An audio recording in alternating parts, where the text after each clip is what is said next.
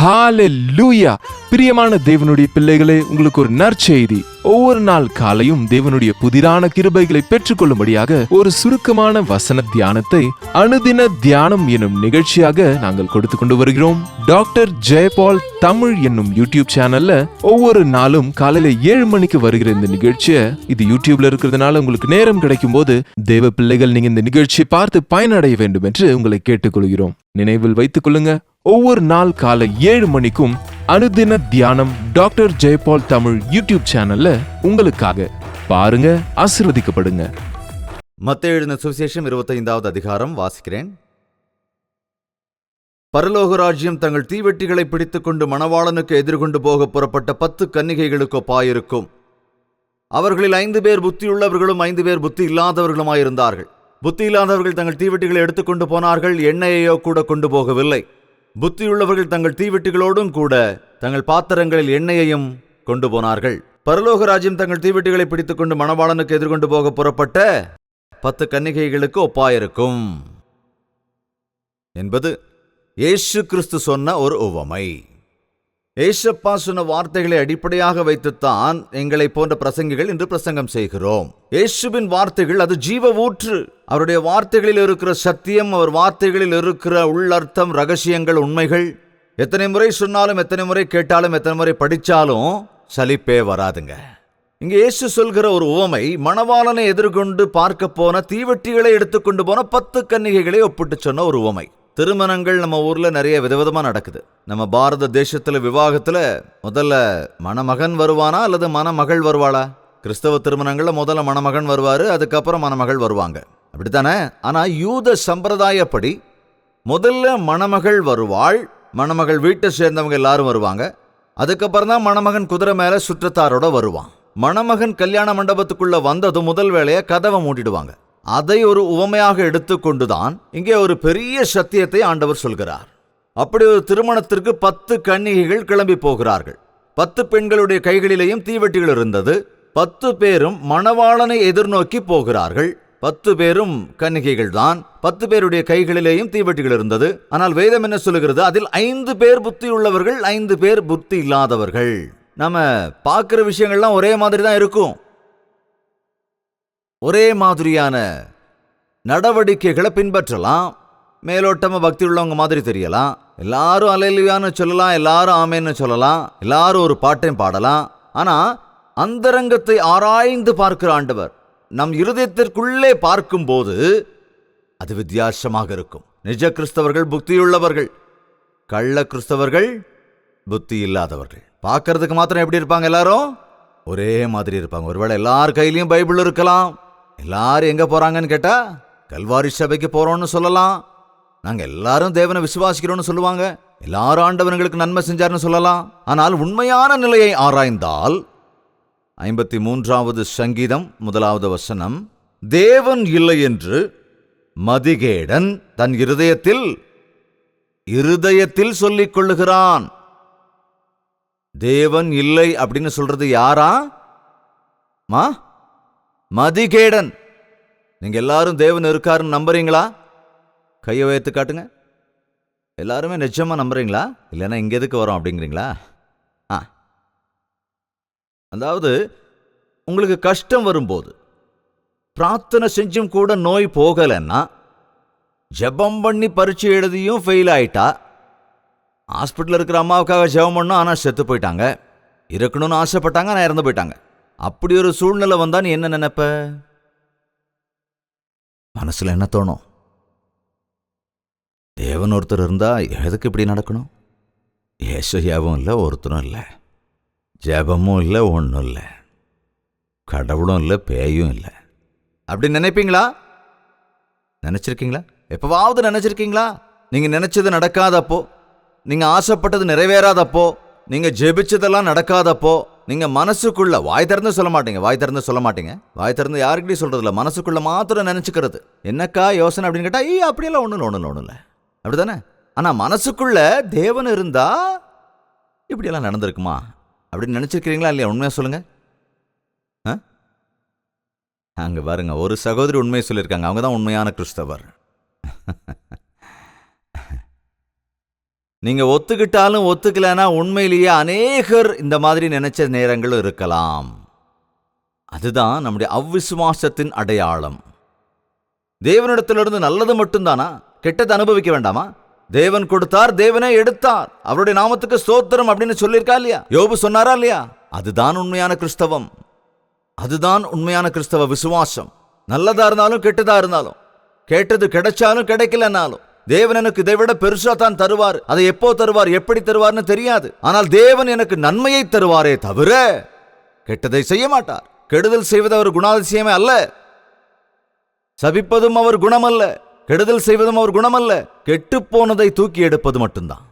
சாபமடைந்தவனுடைய வாழ்க்கையில ஆசீர்வாதம் தருவது மட்டும்தான் அவருடைய குணம். தேவன் இல்லை என்று உங்க மனசுல நீங்க நினைச்சுக்கிட்டு இருந்தீங்கன்னா, அப்படிப்பட்ட எண்ணங்கள் வருகிறது என்றால், ஒருவேளை உங்களுக்கு கஷ்டமான பிரச்சனையான நேரங்கள் வந்தாலும் கூட நீங்க கிறிஸ்தவனா இருக்க முடியாத ஒரு நிலை வந்துச்சுன்னா, தேவனுடைய பார்வையில புத்தி இல்லாதவர்கள் தான். நீதிமொழிகள் 10வது அதிகாரம் 23வது வசனம் எப்படி சொல்கிறது? தீவினை செய்வது மூடனுக்கு விளையாட்டு. கிறிஸ்தவன் என்று சொல்லிக்கொண்டே, இயேசுவை விசுவாசிக்கிறேன் என்று சொல்லிக்கொண்டே தீவினை செய்கிற மனிதன் மூடன். தீவினை செய்வது மூடனுக்கு விளையாட்டா இருக்குமா? என்னங்க விளையாட்டு? பாவம் செய்யறது, மறுபடியும் ஒத்துக்கிறது, திரும்பவும் பாவம் செய்யறது, மறுபடியும் ஒத்துக்கிறது, மறுபடியும் செய்யறது, மறுபடியும் ஒத்துக்கிறது, மறுபடியும் செய்யறது. சின்ன வயசுல கதை கேட்டிருப்பான், புலி வருது புலி வருதுன்னா அவன் விளையாட்டுக்கு சொல்றான்னு நினைச்சுக்குவாங்க. ஆனா உண்மையிலேயே புலி வரும்போது, புலி வருதுனாலும் யாரும் அவனை காப்பாத்தல. கிறிஸ்தவர்கள் அப்படித்தான், பாவங்களை செஞ்சு திரும்பவும் ஒத்துக்கிட்டு, திரும்பவும் அதே செஞ்சு, திரும்பவும் அதே ஒத்துக்கிட்டு, திரும்பவும் செஞ்சு, திரும்பவும் ஒத்துக்கிட்டு, இப்படியே ஆட்டம் ஆடிக்கிட்டு இருக்கிறாங்க. பாவம் என்பது விளையாட்டு அல்ல. பாவம் என்பது மிகவும் குரூரமானது, அது கொடுமையானது. ஒரு மனிதன் வேட்டைக்கு சென்று அங்கே ஒரு புலி ஒரு சிறுத்தையை அடித்து விட்டாராம். அந்த சிறுத்தை புலியின் குட்டி மிகவும் அழகாக அந்த இடத்துல இருந்ததாம். அங்கே இருந்த ஒரு புல்லுக்குள்ளே அந்த குட்டி அங்கே இருந்ததாம். அந்த கண்கள் அழகாக மின்னிக் கொண்டிருந்தது. அது குட்டியா இருந்ததுனால அந்த புலிக்குட்டி எதுக்கு கொள்ளணும், ரொம்ப அழகா இருக்கேன்னு சொல்லி அந்த குட்டியை தூக்கிட்டு வந்து தன்னோட பிள்ளைகிட்ட விளையாடுறதுக்கு கொடுத்துட்டாராம். அந்த பையன் தினந்தோறும் அந்த புலிக்குட்டி கூட விளையாண்டுக்கிட்டே இருந்தானா. அது கொஞ்சம் கொஞ்சமாக வளர்ந்து வளர்ந்து வளர்ந்து பெருசாயிடுச்சு. அங்கேருந்து ஒரு பெரியவர் சொன்னாரா, அப்பா அது என்னைக்கும் புலி தான், அது கூட ரொம்ப விளையாடாதீங்கன்னாரா. அது ஆபத்துன்னு சொன்னாரா.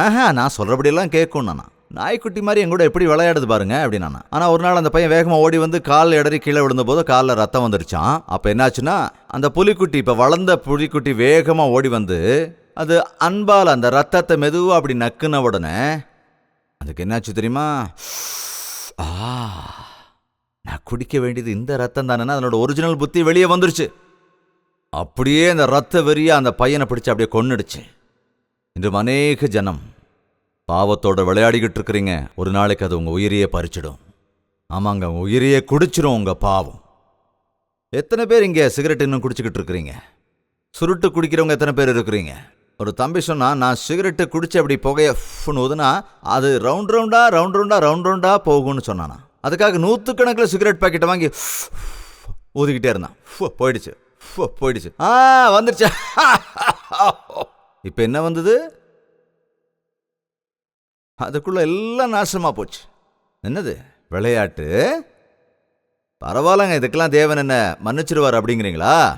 நிறைய பேரை பார்த்துருக்குங்க, சிகரெட்டை குடிச்சு கடைசியில் ஒரு நாள் நான் ரட்சிக்கப்பட்டேன் அப்படின்னு சொல்லுவாங்க. ஆனால் அவங்க வயசானதுக்கு அப்புறம் டாக்டர் கிட்ட போய் பார்த்தீங்கன்னா லங்ஸ் எல்லாம் பாழாய் போயிடுச்சியா. இதுக்கு இனிமேல் ட்ரீட்மெண்ட்டை கொடுக்க முடியாது. பாவத்தோட விளையாடாதீங்க. ஒரு தடவை செஞ்ச பாவத்தை திரும்ப செஞ்சா அது விளையாட்டு. தெரிஞ்சோ தெரியாமையோ தவறு செஞ்சுட்டு அது தெரியறப்போ அதுக்காக மனம் வருந்தி அறிக்கையிடணுமே தவிர திரும்ப அந்த பாவத்துக்கூடையே நீ உழண்டுகிட்டு இருந்தன்னா அது எந்த கெட்ட பழக்கம்னாலும் அப்படித்தான். இன்னைக்கு அநேகர் விபச்சாரத்தில் விழுந்து போய் கிடக்குறாங்க. ஏதோ முதல்ல ஒரு ஆசையால் அந்த விபச்சாரத்துக்குள்ள ஈடுபட்டு திரும்ப அந்த பாவத்தில் விழுந்து பெரிய நோய்க்கு ஆளாயிடுறாங்க. விபச்சாரம் அது படுகுழி, வேதம் சொல்கிறது. வேஷித்தனம் அது படுகுழி. சாபத்திற்கு ஆளாகிறவர்கள் தான் இது போன்ற படுகுழியிலே விடுவார்கள் என்று வேதம் சொல்லுகிறது. யாராவது நெருப்பு மேல நடந்தா அவன் காலில் சுடாம இருக்குமா? கையில தீச்சட்டியை எடுத்துட்டு போனா அது கையை சுடாம இருக்குமா என்ன? தன் அடுத்தவனுடைய மனைவி ஆசைப்படுகிறவன் நாசமாகி போவான் என்று வேதம் சொல்லுகிறது திட்டவட்டமாக. எதுல விளையாடுற? அடுத்தவன் மனைவி, அடுத்தவன் புருஷனோடு உனக்கு என்ன வேலை? என்ன விளையாட்டு? என்ன பேச்சு? என்ன ஆட்டம்? இந்த செல்போன் வந்ததுக்கு அப்புறம் அதே பேச்சு தான் எப்போதும். கணவனோட பேசுவதை விட அடுத்தவர்களோடு பேசுவதுதான் இன்று அதிகமாக இருக்கிறது. அந்த வார்த்தையில் எப்ப பார்த்தாலும் ஒரு ஏதோ ஜாலியா இருக்குன்னுவாங்க. ஐயோ என்னங்க என் புருஷன் என்ன புரிஞ்சுக்கவே இல்லை. ஆமாம்மா, உன்ன மாதிரி ஒரு நல்ல பொண்ணு ஏன் புரிஞ்சுக்காம இருக்கிறாரு? ஆமாங்க அண்ணா அப்படின்னு சொல்லி அண்ணா அப்படிம்பாங்க முதல்ல. இந்த அண்ணான்னு கடைசியில என்ன ஆகும்னு பாத்தீங்கன்னா, இப்படி எப்ப பார்த்தாலும் போன்ல அண்ணா அப்படின்னு பேசிக்கிட்டே இருந்து நீ ஏன் எனக்கு புருஷனா இருந்துன்னு சொல்லிடுவாங்க கடைசியில. இப்படிதானே? அப்படி எத்தனையோ பேர் இன்னைக்கு பாக்குறோம். மணிக்கணக்கில் அப்படி என்னங்க செல்போன் பேச்சு தெரியாதவங்க கூட. நீ கணவனா இருந்தாலும் சரி, மனைவியா இருந்தாலும் சரி. இன்னைக்கு எத்தனை பெண்கள் அழுதுகிட்டு இருக்காங்க தெரியுமா? ஒரு பையன் எனக்கு ஃபோன் பண்றாங்க, அவன் நல்லவன் இல்லைன்னு போக நான் தெரிஞ்சுக்கிட்டேங்க, அதனால போனை கட் பண்ணா இப்ப என்ன ஃபோன் பண்ணி மிரட்டிக்கிட்டே இருக்கிறாங்க. உன்னோட விஷயத்த நான் எல்லாருக்கிட்டையும் சொல்லிடுவேன், நான் அப்படி பண்ணிடுவேன் இப்படி பண்ணிடுவேன் அப்படின்னு பிளாக்மெயில் பண்றாங்க. என்னைக்கோ நான் அனுப்பிச்ச SMS காமிச்சு இது எல்லார்ட்டையும் காட்டியும் மானத்தையே வாங்கிடுவேன் அப்படின்னு சொல்றாங்க. அப்படின்னு அழுதுகிட்டே இருக்கிறாங்க. ஜாக்கிரதை. நீ அன்பு செலுத்தணும் ஆசைப்பட்டனும் அப்பா அம்மாவை நேசி. திருமணத்துக்கு அப்புறம் உன்னுடைய மனைவியை மட்டும் நேசி. 1000 தடவை மனைவி கிட்ட காதலிக்கிறேன்னு சொல்லி யார் கேப்பா? எத்தனை தடவை வேணாலும் சொல்லுவோம் கணவன் கிட்ட ஐ லவ் யூ. தேவையில்லாதவங்க கிட்ட எதுக்காக ஐ லவ் யூ சொல்லணும்? ஏன் உன் வாழ்க்கையை கெடுத்துக்கிற? உன் மனைவி உன்னுடைய சிநேகிதை, உன் கணவன் தான் உனக்கு சிநேகிதன். உன் தாய் தகப்பனோட அன்பு உனக்கு போதும். சும்மா தாங்க ஐ லவ் யூ சொன்னா அப்படிங்கிறீங்களா? அது உன்னை சும்மா விட்டுருமா? விடாது. ஒரு தம்பி அழுதுகிட்டே சொன்னான், அண்ணா ஒரு பொண்ணு என்ன லவ் பண்றேன்னு சொன்னான்னா, உனக்காக உயிரையே விடுவேன்னு சொன்னானா, நீ கல்யாணம் பண்ணிக்கலன்னா நான் செத்துருவேன்னு சொன்னானா. ஐயோ செத்துருமோன்னு பயந்து நான் கல்யாணம் பண்ணிக்கிட்டேன்னா, கல்யாணம் பண்ணதுக்கு அப்புறம் தான் தெரிஞ்சுனா அவ ஒரு மிகப்பெரிய விபச்சாரி அப்படின்னு விஷயம். இவளுக்கு ஏற்கனவே அநேக கணவர்கள் உண்டு, இப்ப என் வாழ்க்கையே போச்சு, மொத்தமும் போச்சு அப்படின்னு அழுகிறான். தீயது செய்வது மூடர்களுக்கு விளையாட்டு. ஜாக்கிரதை. பாவ வழிகளுக்கு நீ போகாம இருந்தாலே தவிர தேவன் வரும்பொழுது பாவத்தின் வழிகளில் நீ இல்லாமல் இருந்தாலே உயர்த்தப்படுவாய். பிரசங்கி 7வது அதிகாரம் 9வது வசனம். உன் மனதில் சீக்கிரமாய் கோபம் கொள்ளாதே, மூடரின் நெஞ்சிலே கோபம் குடிகொள்ளும். மூடரின் நெஞ்சில் கோபம் குடிகொள்ளும். உன் மனதில் சீக்கிரமாய் கோபம் கொள்ளாதே, மூடனுடைய நெஞ்சினிலே கோபம் சுகமா குடிகொள்ளுமா? கோபப்படுகிறவன் புத்தி இல்லாத மூடன். கோபத்துல மூடத்தனமா செய்யற காரியங்கள் என்னென்னு உங்களுக்கு தெரியுமா? கோபம் வந்த உடனே மிருக மாதிரி ஆயிடுவான். இன்னைக்கு சில அம்மாமார் பார்த்தீங்கன்னா கோபத்துல எது கிடைக்குதோ அதை எடுத்து அடிச்சு பிள்ளைய கொன்னு கூட போடுறவங்க இருக்கிறாங்க. கையில் எது கிடைக்குதோ அதை எடுத்து அடிச்சு படாத இடத்துல பட்டு குழந்தை செத்து போன கதைகள் கூட உண்டு. ஒருத்தர் குளிக்க போறதுக்கு முன்னால் 100 ரூபாய் அங்க வச்சுட்டு போயிருக்காரு மதுபானம் வாங்கறதுக்காக. அந்த காசு திரும்ப வர்றதுக்குள்ள அவங்க சின்ன பையன் அந்த 100 ரூபாய் எடுத்துட்டு போய் சாப்பிட்றதுக்கு ஏதோ வாங்கிட்டு வந்துட்டானா. குளிச்சுட்டு வந்தவருக்கு கோவம் வந்துச்சு, டேய் சாராயத்துக்கு வச்சிருந்த காசை எடுத்துட்டியட அப்படின்னு கோபமா அடிச்ச உடனே அந்த பாவம் அந்த குழந்தை அப்படியே அந்த இடத்துல விழுந்து செத்து போயிட்டானா. பாருங்க, அதுக்கப்புறம் அந்த அப்பா அழுது ரொம்ப வேதனைப்பட்டாராம். யோசிக்காம ஆத்திரத்துல கோபத்துல நாம என்னென்ன செஞ்சிடறோன்னு பாத்தீங்களாங்க. நம்ம நாட்டில் கணவன் மனைவிக்குள்ள சண்டை வந்துட்டா உடனே மனைவி சொல்லுவா இது தேவையில்லை, அப்படித்தானே? கலட்டி வீசிடுறது இல்லைங்க, தாலியவே கழட்டி தூக்கி வீசிடுறது. கோபம் வந்துட்டா எதை செய்கிறோம் ஏது செய்கிறோன்னா புரியறதில்ல. என்னங்க இது? இதெல்லாம் நல்லது தானா? ஒரு சின்ன விஷயத்துக்கு கோபம் வந்தோன்னே 3 முடிச்சால ஏற்பட்ட பந்தம், வாழ்க்கை முழுவதும் இருக்க வேண்டிய திருமண பந்தம் முடிஞ்சு போயிடுமா? கோபத்தில் நீங்க சொல்ற ஒரு வார்த்தை அடுத்தவங்களுடைய இருதயத்துல கத்தி மாதிரி பாயும். உடனே நீ இப்ப எத்தனை தடவை சாரி சொன்னாலும் அந்த காயம் ஆறாது. கிறிஸ்தவனுடைய வாயின் வார்த்தைகள் பரிசுத்தமானதா இருக்கணும், கிறிஸ்தவ அன்புள்ளதா இருக்கணும், கனிவும் பணிவும் தன்மையுள்ளதாகவும் இருக்கணும். நான் ஏசப்பாவை விசுவாசிக்கிறவன்னு சொல்லிக்கிட்டு கோபத்துக்கு இடம் கொடுக்கிறவங்க யாராவது இருக்கீங்களா? நீ கோபப்பட்டாலும் பாவம் செய்யாதே. சூரியன் அஸ்தமிக்கிறதுக்கு முன்னால உங்கள் எரிச்சல் தனிய கடவுது. கோபத்துல மனசுல வச்சுக்கிட்டே படுத்தாது, மாவு புளிக்கிற மாதிரி அப்படியே ஊறிக்கிட்டே இருக்குமா, அப்படியே பொங்கி வழிஞ்சிரும். அப்படி வழியறதுனாலதான் சில நேரங்கள்ல அது கொலைக்கு கூட வழிவகுத்துடுது. எனக்கு எவ்வளவு பேர் ஒருத்தர் கொன்னுக்கிறாங்க, அண்ணன் தம்பி அக்கா தங்கச்சி கடையில கூட. மனைவி கணவனை கொல்றா, கணவன் மனைவியை கொல்றான், பெத்த பிள்ளைங்களை கொல்றாங்க. எப்போது நம்ம கேட்கிறோம் கேட்டுக்கிட்டே இருக்கிறோம். கவனிங்க, கோபத்தை விட்டுடுங்க. கோபத்திலிருந்து எனக்கு விடுதலை கொடுங்கன்னு ஏசப்பாட்ட கேளுங்க. ஒரு கோபக்காரன் கூட ஏசப்பாவை பின்பற்றினா சாந்த குணமுள்ளவனா மாறிடுவான். உன்னோட கோபம் மேல உனக்கு ஜெயம் இல்லைன்னா, ஆண்டவரே இந்த கோபத்திலிருந்து எனக்கு விடுதலை கொடுங்க அப்படின்னு நீ ஜெபிச்சு கேட்காம, கோபம் அது ஒன்றும் பெரிய விஷயம் இல்லைங்க, அது பரவாயில்ல, தவறு இல்லை, ஏதோ சின்னதா தான் இருக்கு அப்படின்னு நினைச்சு விட்டுறாதீங்க. நீயும் புத்தி இல்லாதவனா ஆயிடுவ, பரலோக ராஜ்யத்தையும் இழந்து விடுவா என்பதை மறந்து விடாதே. தேவன் இல்லைன்னு இருதயத்தில் நினைக்கிறவங்க மூடர்கள், தீய காரியங்களை விளையாட்டா செய்யறவங்க மூடர்கள், கோபத்தை இருதயத்துக்குள்ளே வச்சுக்கிறவங்களும் மூடர்கள். யோபுவின் சரித்திரம் 5வது அதிகாரம் 2வது வசனம். பொறாமை புத்தி இல்லாதவனை அதம் பண்ணும். என்ன சொல்லுதுங்க? பொறாமை புத்தி இல்லாதவனை அதம் பண்ணும். பொறாமை அப்படின்னா என்னன்னு எத்தனை பேருக்கு தெரியும்? கை உயர்த்துங்க பார்க்கலாம். அதை சொல்லி நான் முடிக்க போறேன். பொறாமை அப்படின்னா எனக்கு தெரியுங்க. கை தூக்குங்க பார்க்கலாம். அப்படி சொல்றவங்க கொஞ்சம் பேருக்கு தெரியவே தெரியாதான், பாவம். பொறாமை என்ன தெரியாதாங்க? பக்கத்து வீட்டாக்கா அருமையான சேரீ கட்டிட்டா நமக்குள்ள ஒரு மாதிரி நமக்கு என்னமோ செஞ்சுக்கிட்டு இருக்கோம். அவங்க சேலையை அவங்க கட்டுறாங்க, ஆனால் நமக்குள்ளே ஏதோ ஒன்று கப்ப கப்ப கப்பான்னு. அப்படித்தானே? பக்கத்து வீட்டுக்காரர் 2 மாடிக்கு மேலே கட்ட ஆரம்பிச்சிட்டான்னு வச்சுங்க, நம்ம வீடு கீழே இருக்கும். அதை பார்த்து கட்டிட்டானே உனக்கு எதுக்கு? அவன் எத்தனை மாடி கட்டினா உனக்கு என்ன? அவன் கடன் வாங்குறான், கட்டுறான், மாட்டிக்கிறான், உனக்கு என்ன? ஆனால் உனக்குள்ளே ஏதோ பொறுக்க முடியல. இப்படி இன்னைக்கு அநேகருக்கு பொறாமை, அநேகருக்கு அடுத்தவங்களை பார்த்து பொறுக்க முடியாத தனம். இயேசு கிறிஸ்துவின் பிள்ளைகள் மற்றவங்களை பார்த்து அன்பு செலுத்துவாங்களே தவிர, அவங்களுக்கு இருக்கு எனக்கு இல்லை அப்படின்னு பொறாமைக்கு இடம் கொடுக்க மாட்டாங்க. இடம் எது கொடுக்க மாட்டாங்க அப்படிங்கிறாங்க சிலர். அப்படித்தானே? இடம் கொடுக்க மாட்டாங்க. உன்னில் நீ அன்பு கூறுவது போல பிறனிடத்திலும் அன்பு கூறுவாயாக அப்படிங்கிற இயேசு வார்த்தையை கேட்டா, நம்மளை விட நல்லா இருக்கிறவங்களை பார்த்ததும் நமக்கு பொறாமைங்கிற குணம் வராது. எதுக்கு பொறாமை? பக்கத்தில் இருக்கிறவங்களுக்கு இருக்கு எனக்கு இல்லை அப்படிங்கிறது எதுக்கு பொறாமை? இயேசு கிறிஸ்துவ விசுவாசிக்கிறவங்களுக்கு என்ன ஆகுதுன்னா, போதுமென்கிற மனதுடனே கூடிய தேவபக்தியே மிகுந்த ஆதாயம். போதுமென்ற மனசு. எனக்கு இந்த வீடு கொடுத்தீங்க போதும், எனக்கு இந்த ஆடைகள் கிடைச்சது போதும், இந்த பிள்ளைகளை கொடுத்துருக்கீங்க அது போதும், இந்த கணவரை கொடுத்தீங்க அது போதும், அவர் குடிகாரன் தான் இருந்தாலும் போதும், பரவாயில்லங்க குடிச்சிட்டு தான் வராரு இருந்தாலும் போதும் அப்படி நினைக்கிறீங்களா? இல்லை அதை விட்டுட்டு ஐயோ பக்கத்தில் எப்படி இருக்காங்க பாருங்க, பக்கத்தில் எப்படி சேலை கட்டியிருக்காங்க பாருங்க, நமக்கு ஒன்றுமே இல்லையே, என்னங்க அது? இயேசு கிறிஸ்துவ விசுவாசிக்கிறவங்களோட மனசு அப்படி இருக்காதுங்க. பொறாமை உள்ளவனுடைய மனம் என்ன பண்ணுமா? அதம் பண்ணிடுமா. ஜாக்கிரதை.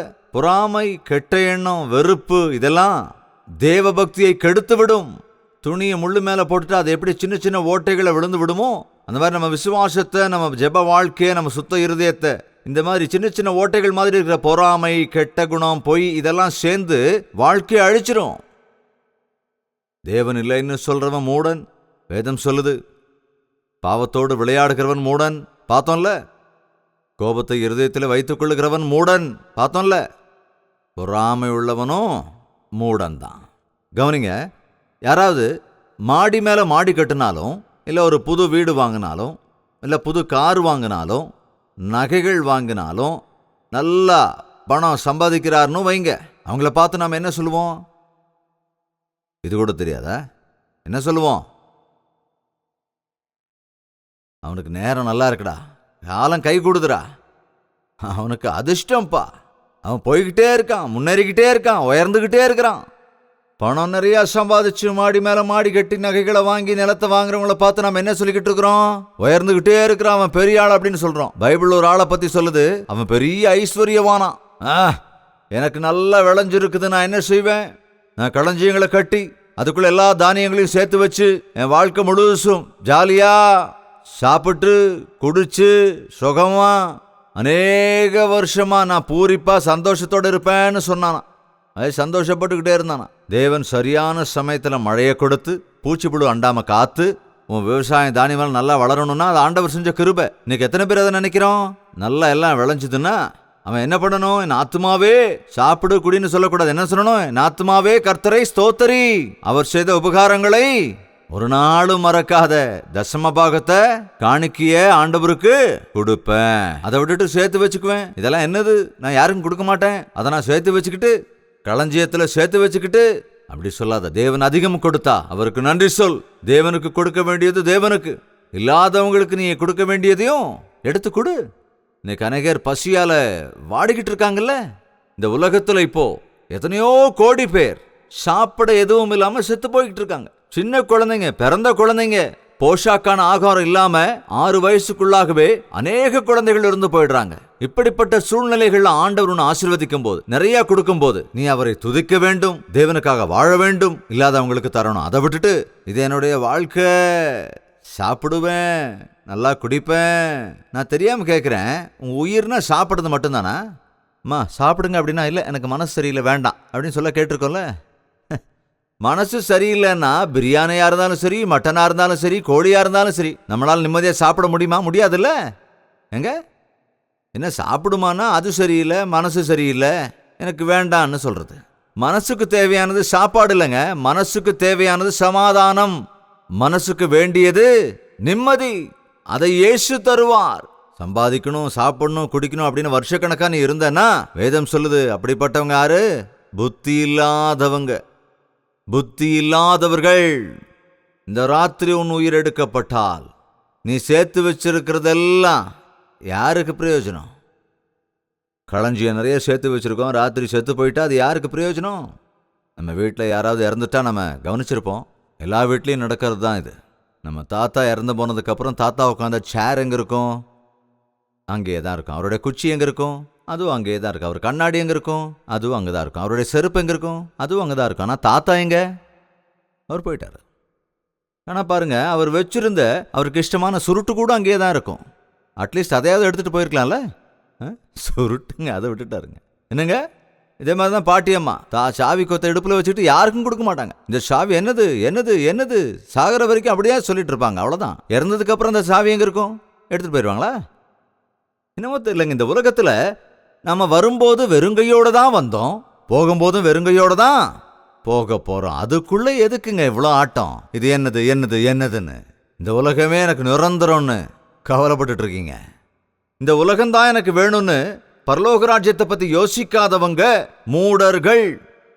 இந்த உலகத்து ஆசைகளுக்காக இருதயத்தை காத்து கொள்ளாதவர்கள் மூடர்கள்.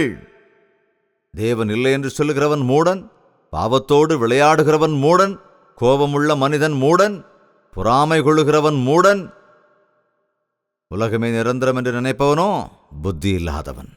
புத்தியுள்ள ஒரு 5 பேர், புத்தி இல்லாத 5 பேர். இன்னும் அதிகம் சொல்லலாம், ஆனால் இப்போ நேரம் இல்லை. அவங்க எல்லாரும் கிளம்பி போறாங்க.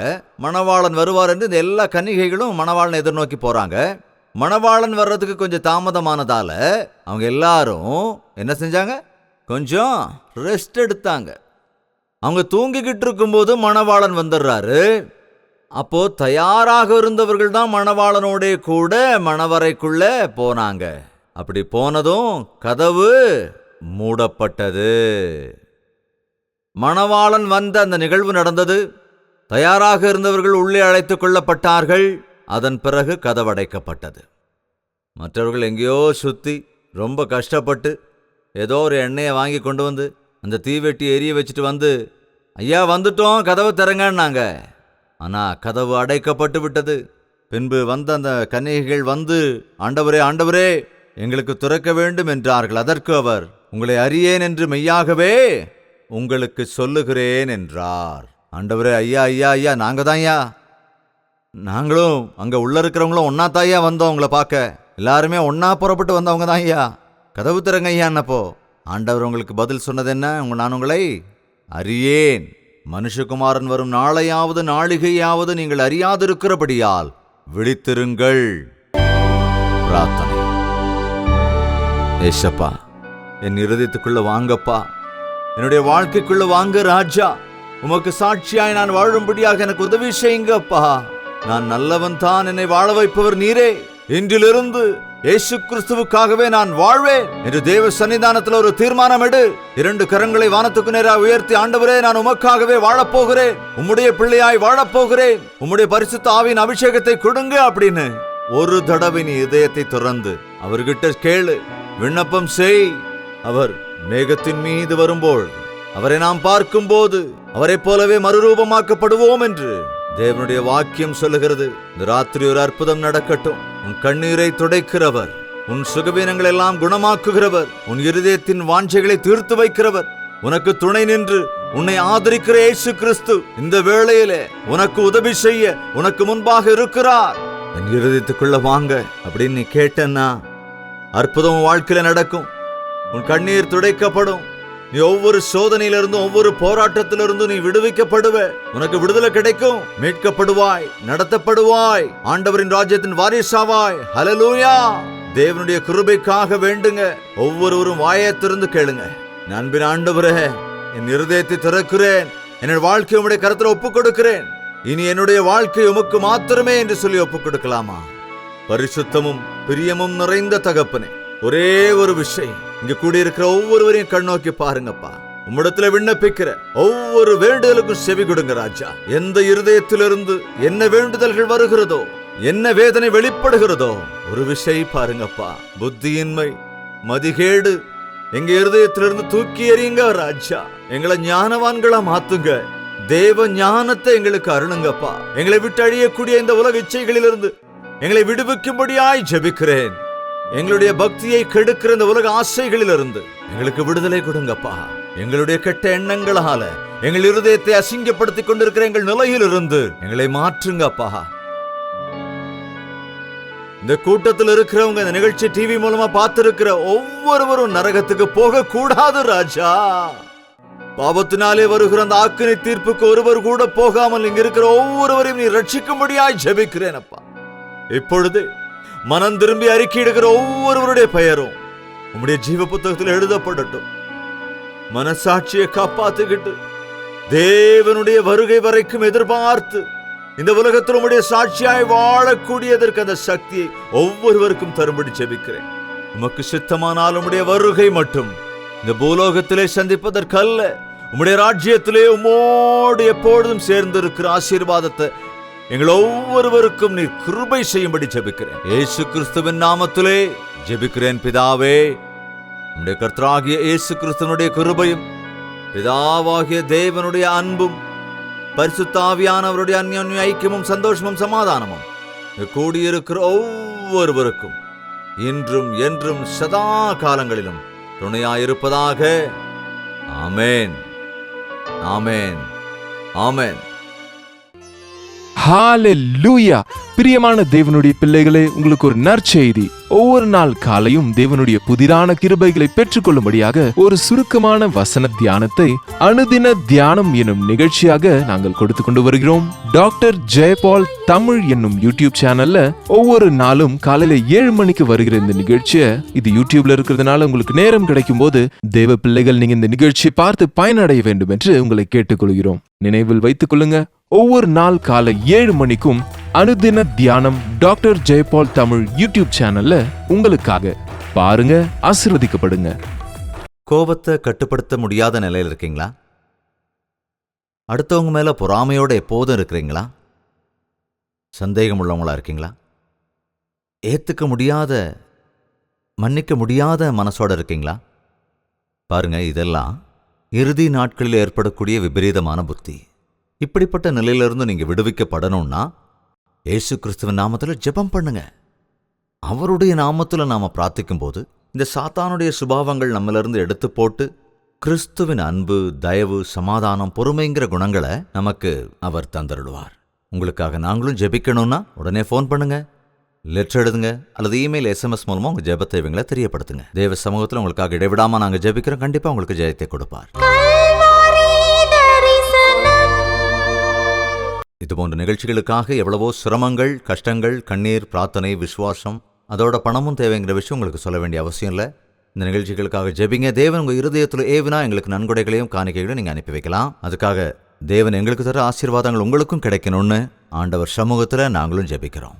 இதெல்லாம் எப்படி அனுப்பி வைக்கிறோம்னு அநேகர் கேட்டிருக்கீங்க. நீங்க எம் மூலமா அனுப்பலாம், அல்லது டிடி மூலமா அனுப்பலாம், ஆன்லைன் மூலமா கூட நீங்க அனுப்பி வைக்கலாம். நீங்க அனுப்புற ஒவ்வொரு காணிக்கையையும் உண்மை மொத்தமா அந்த ஊழியத்துக்காக நாங்கள் பயன்படுத்துறோம். மேலும் உங்களுக்கு விவரங்கள் தேவைப்பட்டா 08939393939 அப்படிங்கிற எனக்கு ஃபோன் பண்ணி தேவனுக்கு சித்தமானால் மறுபடியும் சந்திக்கலாம். அது வரைக்கும் தேவனுடைய மகா கிருபை உங்களுக்கு துணையாயிருப்பதாக. உங்கள் தேவைகள் எல்லாவற்றையும் நீங்கள் எழுத வேண்டிய முகவரி ஜெயபால் ஃபவுண்டேஷன்ஸ், இலக்கம் 29, new colony road, Velachery, Chennai 6,42,00,000.